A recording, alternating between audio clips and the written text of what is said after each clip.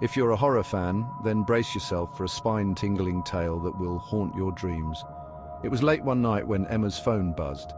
A text from her friend, Sarah. "Come over, I'm home alone and hearing strange noises."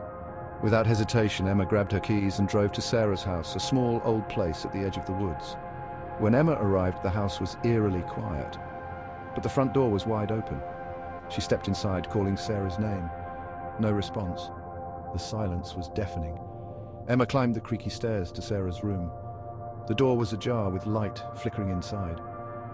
She pushed it open and there sat Sarah, facing the corner of the room, back turned to Emma. "Sarah?" Emma asked, her voice shaky. No reply. Stepping closer, Emma felt a chill run down her spine. Sarah's head slowly turned, but her eyes were blank, staring straight through her.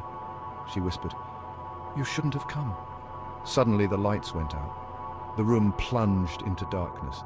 Emma's heart pounded in her chest. Behind her, she heard the front door slam shut. She was trapped. Emma's breath quickened, fear gripping her every move. In the pitch black, she fumbled for her phone, but it was gone. A cold hand touched her shoulder. Emma gasped. And then, silence. Emma's mind raced. What was happening? She tried to call out to Sarah again, but her voice was barely a whisper. The darkness seemed to swallow her words.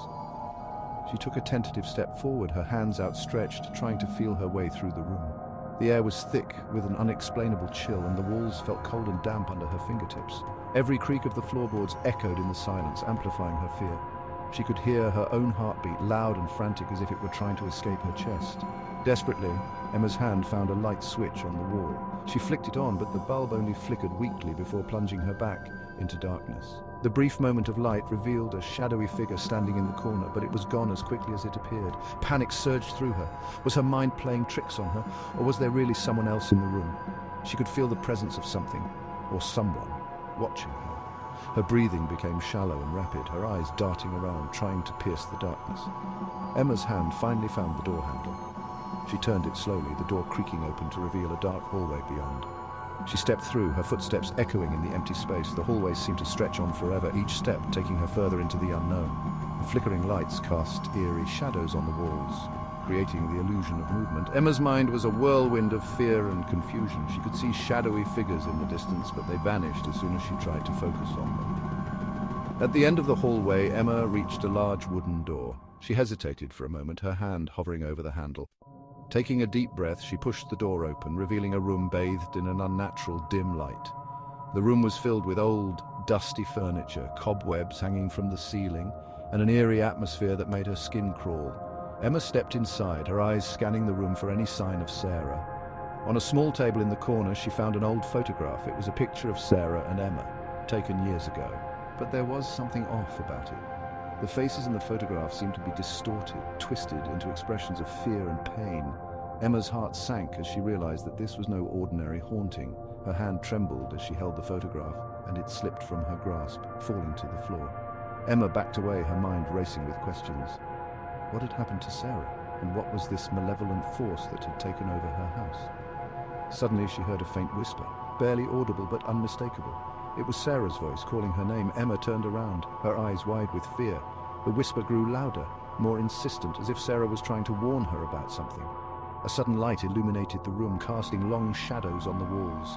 Emma could see a shadowy figure standing behind her, its presence sending a wave of terror through her. She turned to face it, but the figure vanished, leaving her alone in the room once more. Desperate to escape, Emma began to search the room frantically for an exit. Her eyes darted around, her mind racing. She spotted a hidden door behind a large dusty bookshelf. With all her strength, she pushed the bookshelf aside and opened the door. The hidden passage was narrow and dark, but it was her only way out. Emma stepped inside, her determination to find Sarah and escape this nightmare driving her forward. The passage seemed to go on forever, twisting and turning, leading her deeper into the unknown. Eerie sounds echoed through the passage, whispers and footsteps that seemed to come from all directions. Emma's heart pounded in her chest, but she pressed on, determined to find the truth and save her friend. Finally, she reached the end of the passage where a large door stood before her. Strange symbols were etched into the wood, glowing faintly in the darkness.